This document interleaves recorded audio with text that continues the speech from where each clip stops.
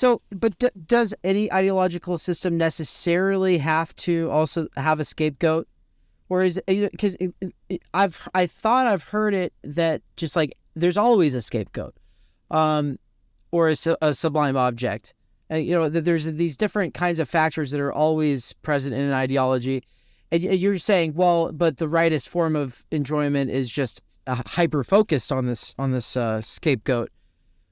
So I think if you were to ask Slavoj and Todd, I think they both would say, no, there can be a form of politics without a sublime object. Well, okay, here's the thing. Here's the difference. I don't know if they would say you can have an ideology without a sublime object. You could have one without a scapegoat, because the sublime object, I would argue, is not necessarily identifiable with the scapegoat. The scapegoat often gets the position of the sublime object, but it's not necessarily identical to it. So this is an important distinction. Yeah. Like for consumerism, right?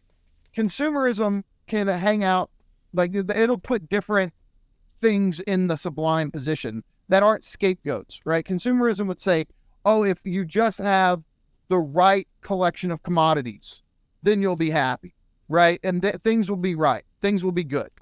Well, that's an ideological obfuscation, because I don't care who you are, know how much money you get, you're still a lacking subject, like in the strict Lacanian sense, that the moment you get what you think you want, then you want something else. And this is part of our basic psychoanalytic ontology, is that we always desire something that we don't possess. We desire absence. We desire through the lost object, not the things around us. And anybody who collects anything knows how this works. I don't care if you collect movies or stamps or books. Every time you get the thing you had your heart set on, it just goes on the shelf, and then you want the thing that the new thing or whatever. It's part of this logic of desire. And so consumerism, though, tries to sell us on the idea that, oh, there's a final commodity. If you just get the last thing that fits into your commodity system, everything will be great. Okay, or it hangs out some sort of fantasy beyond the standard accumulation of commodities. So winning the lottery.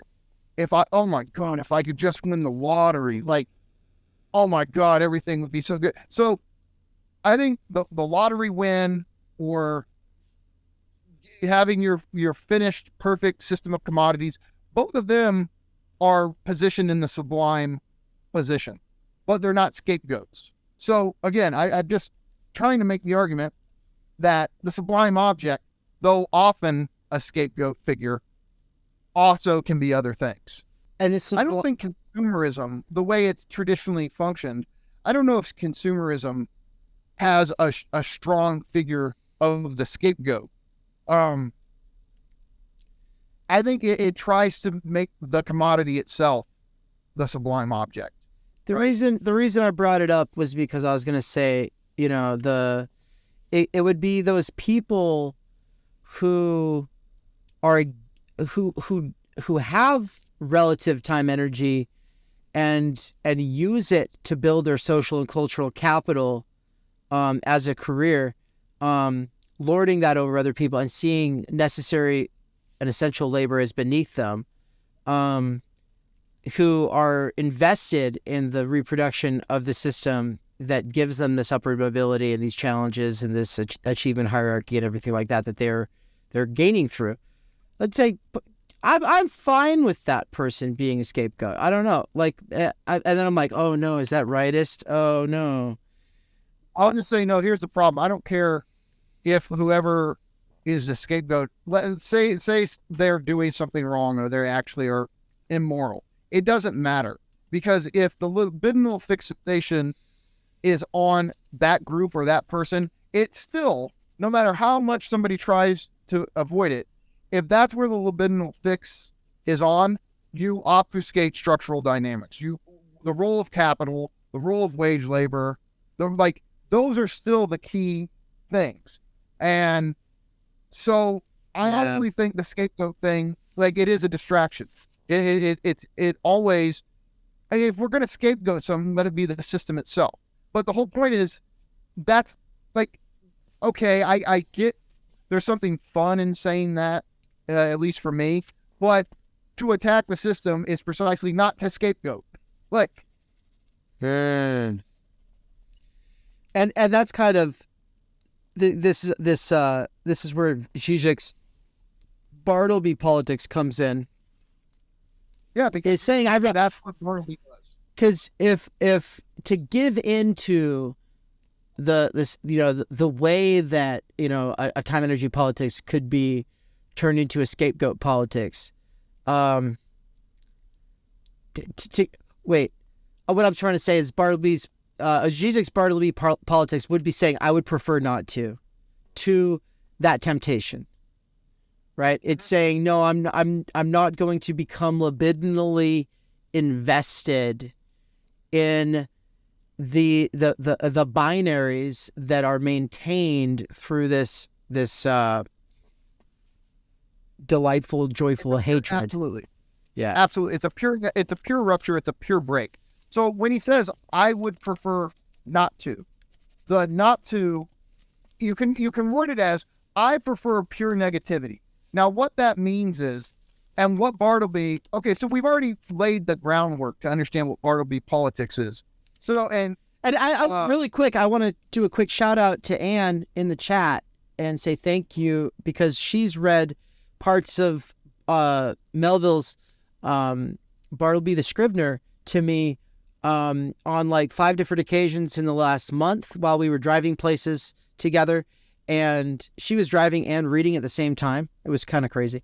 No, I was driving and she was reading it to me, and so we got through it, and it's a really weird story. Have you read it? Yeah. I read it when I wrote the blog post. Oh, you did? Oh, that's good.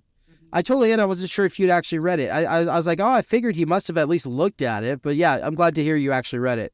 So I love that you can get through a classic piece of literature in a relatively short time, and that it's thought-provoking and enjoyable, but also, I would say, weird. Like uncomfortable in your stomach. Like kind of a weird story. You're like, what's wrong with this guy? Right. And so I'll tell you what I think is why the story creates that feel. Now, a couple things real quick. One, a lot of other important philosophers, I believe Derrida, Deleuze, I think maybe Agamben. I'd have to go down the list. I had this list somewhere. All of them have done interpretations of Bartleby.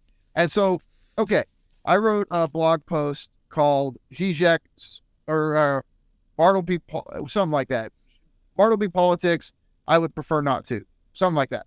And then I wrote a sequel post called The Politics of Silence, which nobody read that one, and I should have named it something else because and that's my fault. I should have called it Bartleby Politics Part 2 because it's a sequel post. I always intended to do a third one where I go through, I guess, Agamben or Derrida or Deleuze and discuss their interpretations of Bartleby and how they relate to Žižek's. But as you and I know, Žižek's the one who's made this famous. So right. When you think of Bartleby's famous quip, I would prefer not to, you think of Žižek. And he wears it on T-shirts, which is, it's a motto of him. Well, and for people who don't know, there's this whole thing where everywhere Slavoj goes to speak, people show up and they give him T-shirts. So, there's this whole culture around the T-shirts that people give him that he wears. When we saw him in Athens, Georgia, he had that Academia T-shirt on. The Academia was the name of the venue where the event was taking place, and he'll just be like, oh, thank you. And then he'll just put it on. And I think he probably travels without very many shirts when he goes places because he gets so many shirts. So, which is awesome. Right, yeah. I want that. I want to get a lot of shirts. I like shirts. Shirts are awesome. But delusional Bodlacanian says, I would prefer not to, and time and energy are superpowers in the PMC class. I would prefer not to. And time and energy are superpowers in, against. I don't know. I'll have to think about that. And C6 says politics equal friends versus enemy, according to Schmidt. Yeah, and so I mean, but he's a Nazi, so maybe when a Nazi tells you politics, I mean, what Todd calls rightist enjoyment or rightist politics, which we're calling scapegoating politics. Yeah, I mean, it's totally Schmidt's probably the great theoretical example of that. Yeah, he's the epitome of it. Yeah, mm-hmm. I mean, the thing is he'll just go mask off and actually say it. A lot of, I think, liberals even just kind of presuppose it. So obviously there are thinkers who are trying to, pioneer or discover or aid the development of ways that could break outside of, these confining, limiting, self-undermining patterns and frameworks. And, but people just kind of presupposing a state of war and that politics is just the friend-enemy distinction, and that, and then being like, quote-unquote, political realists is obviously like a form of ideology that fosters consent in the existing state of things, even when, a person says that they're against it. There's a way that this allows you to play within it. So, which is what we're ultimately saying, which is bringing it back around what Bartleby politics would be like. You'd say, no, I refuse to get libidinally invested in war. In resistance. So here's the thing, right? This whole thing about Bartleby politics, you'd be surprised how little Žižek says about it across all of his books. The main place where he talks about it is the final chapter, chapter 6 of the Parallax View. And here's the thing, right? Like, what he says about Bartleby takes place against the background of all kinds of Lacanian ideas he's developed elsewhere. So part of it has to do with the concept of the act. Part of it has to do with subjective destitution. Part of it has to do with the night of the world. And what the fuck is that? Cartesian madness. I don't even know what that is. I'm saying, and at some point I want to get to all that. Suffice it to say for now, what Bartleby does and what makes him unique is that he's going against the idea of inherent transgression, and he's going against what you're talking about, which for Žižek, he would call it the politics of resistance, which comes out of Foucault. Now, I've seen certain Foucauldians say, oh, well, this is something Foucault says, like in the history of sexuality at one point, and maybe some other places, and then you can say, well, he doesn't actually think, whatever. It's attributed to Foucault primarily, and I think there are places in Foucault where this is true, where it's like what you're supposed to do is just resist the system in any way you can, right? Just resistance is like an end in of itself, even though it doesn't affirm this, it would deny this, but like, or maybe it wouldn't. That's something that I guess I should check on. But here's the point. Žižek sees the politics of resistance precisely in how we've been describing inherent transgression or ideological disidentification. If you become libidinally fixated on resisting the system, then, unbeknownst to yourself, you are libidinally invested in the system. Because if you enjoy resisting the system, you don't actually want to undermine the system because you enjoy resisting it. And what makes Bartleby unique when you read that story, he's not resisting his boss. He's not getting enjoyment from fucking with his superior, right? Is the capitalist. You can tell, like, he's not libidinally invested in anything he's doing. And that's what makes it so weird, because if you detected like a chuckle or like a laugh or whatever, it's something in him where you're like, oh, see, he's enjoying what he's doing. That's what makes it so weird. The whole time you're like, he's like a pure no. He's just, I'm completely outside of this framework. I'm not going to affirm the system, and I'm not going to enjoy resisting the system. I'm a pure no. Like, I don't want any of this shit, and I'm not going to become libidinally fixated in opposing it. Like, I'm not even going to enjoy undermining it in that sense. Because, again, if you do that, then you're hooked on the system itself. So that's where the Bartleby politics of preferring not to is the politics of I prefer a radical no. Not a no that resists and enjoys it, but a no that has no libidinal fixation in this situation at all. Lecture, we're almost at the end of the first main section. So I'd like to get, like, we could maybe have some closure if we can get through this next stretch tonight. Yeah, I'd like you to be able to get through preferably all of that. I mean, we'll just have to kind of make ourselves. I'm not in a rush. I mean, you got a couple, like an hour or two more. An hour or two more. Look, who are we doing this for? We're doing this for ourselves, first of all. Second of all, we're doing this for people who've got nowhere else to be. So, of course, there are people joining us live right now from Poland, and for this intermission, we're actually going to play Salamoon's video from now I'm drawing a blank, but we're gonna play this video live.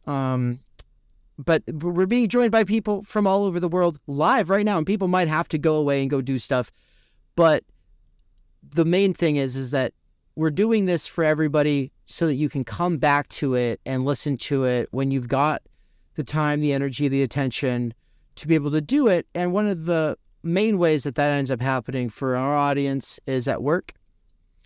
And the other is when playing games. And so our audience is mostly between the ages of, like, an overwhelming majority of us are between the ages of 24 and 44.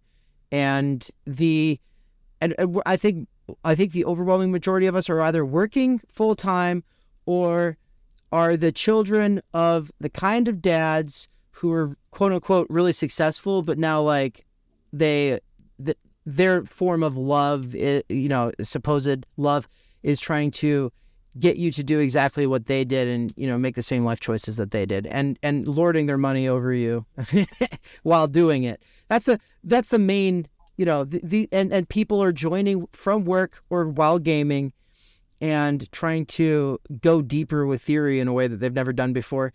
And we can kind of break from the normal confines of how a lecture or an interview or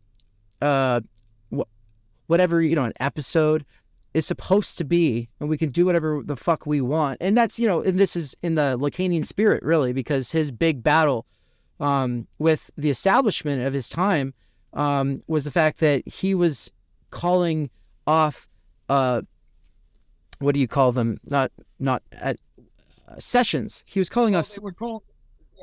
He was calling off sessions at the point that it felt right to call off his session, and they wanted him to do like the full 45 minutes or hour and a half or whatever that the person had signed up for and was paying for. And his thing was like, no, like, sometimes the person says like the right thing and you can't respond. You have to call it off right then because it'll ruin everything. Quilting, and it's the quilting point where if there's an important moment where an unconscious truth comes out through free association or whatever, Lacan would cut it off there because it punctuates it. It serves as a quilting point where it organizes everything that was said before in such a way as to emphasize this high point where something important was unconcealed.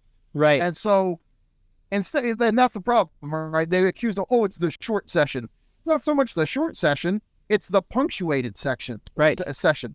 It's the punctuated or quilted session where the important thing that was revealed from the unconscious, that's what gets highlighted through quitting. So, yeah, trying to act like, there's a set time, oh, it has to be 45 minutes. It has to be an hour. Well, his whole thing is like, why don't you end on the thing that is revelatory, where that's the last thing? And because if you keep talking after that, then that important moment fades into obscurity. Right.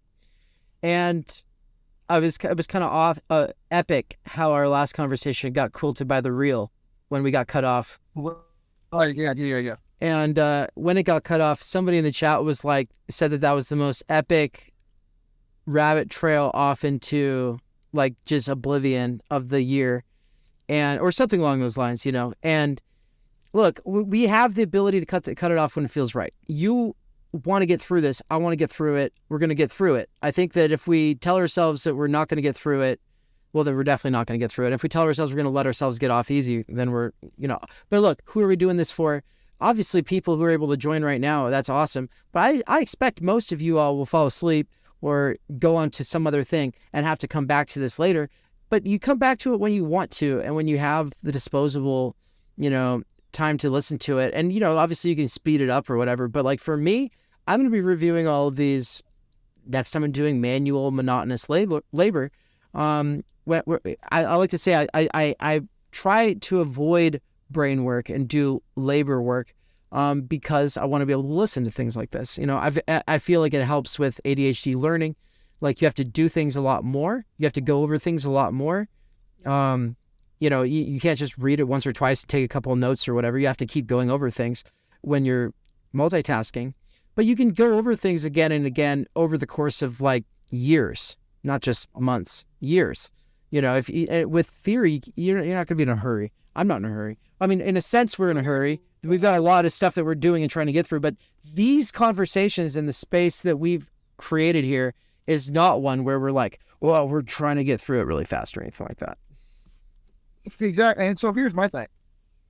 You know how many times I've listened and re-listened to episodes of Why Theory, which is Todd McGowan and Ryan Ingley's podcast. It is my go-to podcast, and I've learned more from it than basically nearly anything else when it comes to Lacan and Žižek, etc. And for me, I always listen to the episodes in 20-minute, 30-minute chunks because when I'm out on a route, I'll just put it on while I'm driving, and I listen to little chunks of each episode on my routes and stuff.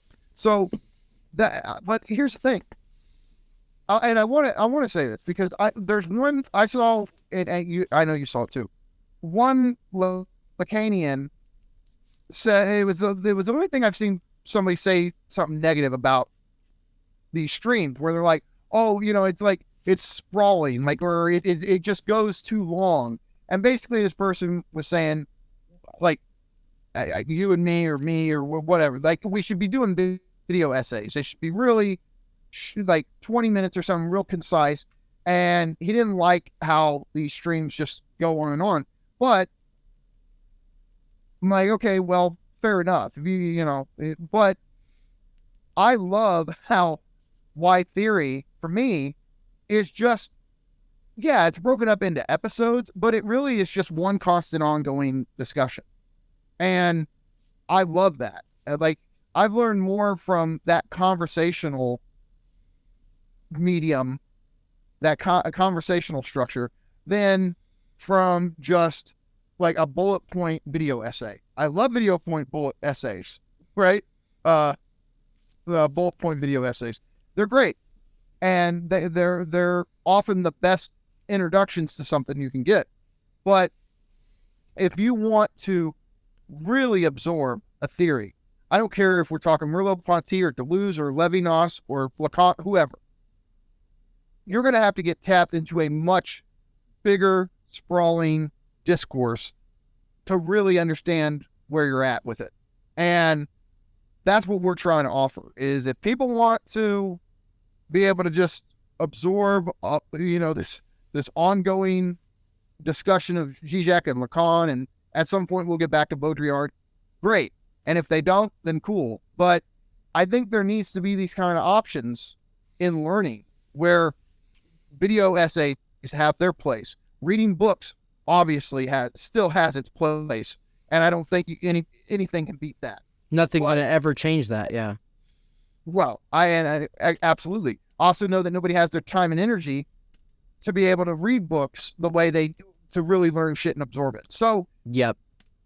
I think there needs to be these kind of ongoing seminar-like discussions of all of these great thinkers for people to really get tapped into what the theory's about.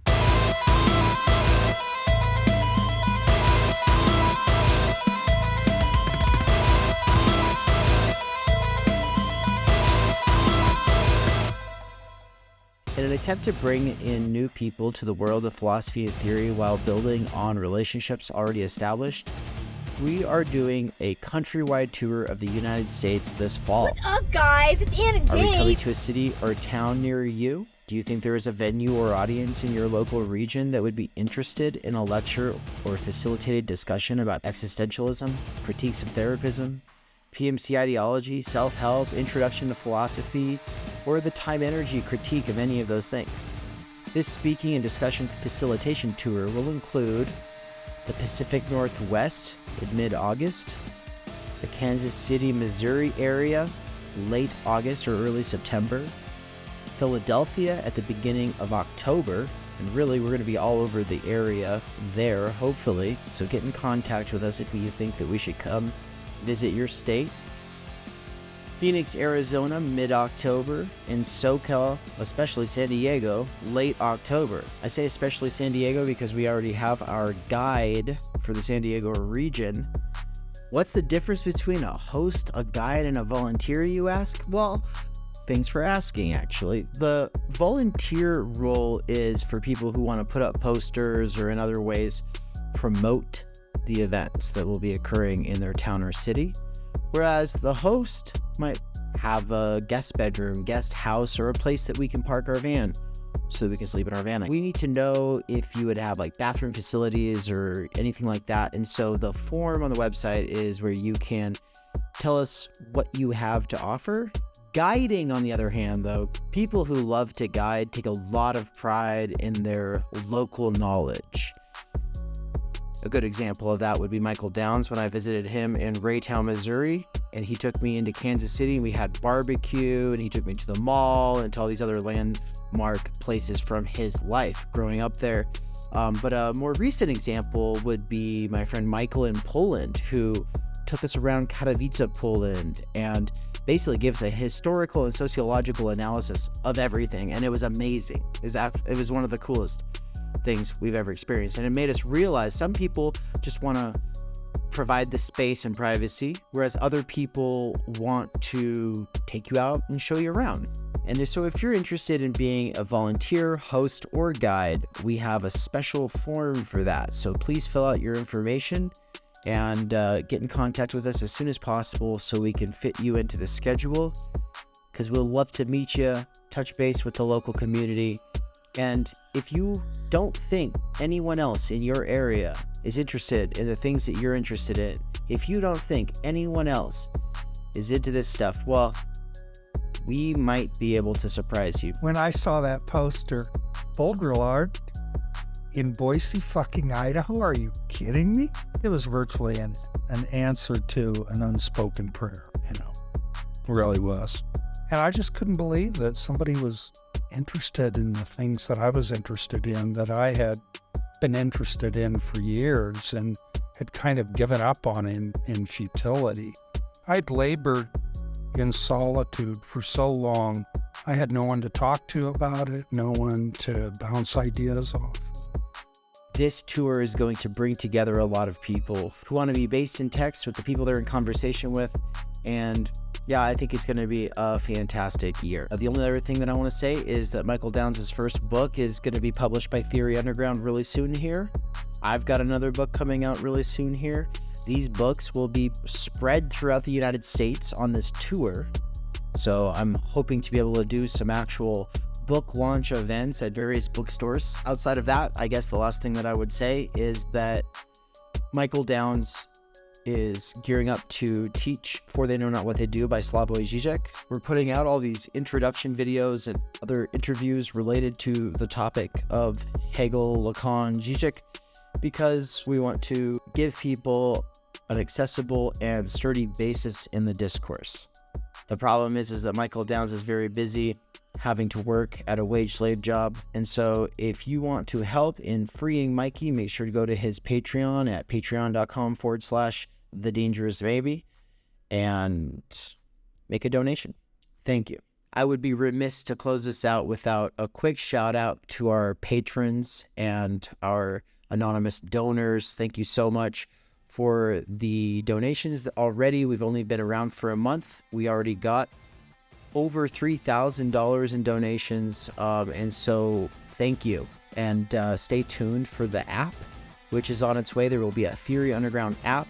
So the current setup is that it is a social media site built around courses where you can suppose that people who are involved in the discussions have a shared interest in the same or similar texts, and where you can assume in a lot of the discussions that, yeah, people have read the stuff that you're reading, that you're bringing into dialogue. And so, for instance, The Idea of the University by Carl Jaspers, dedicated forum. Slavoj Žižek's For They Don't Know What They Do, dedicated forum. And then as people take the course over the years, new people will be coming into that forum. And so if you get in there early, you'll be able to see how the conversation evolves. And as new people add into the conversation, it'll bring back memories and like things that you want to work through, questions that you had with the first time that you read the text.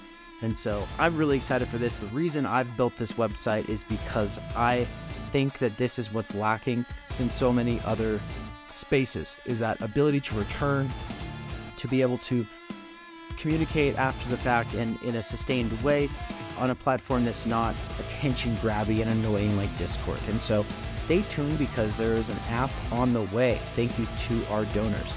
If you want to donate, go to theory-underground.com/support. Thank you.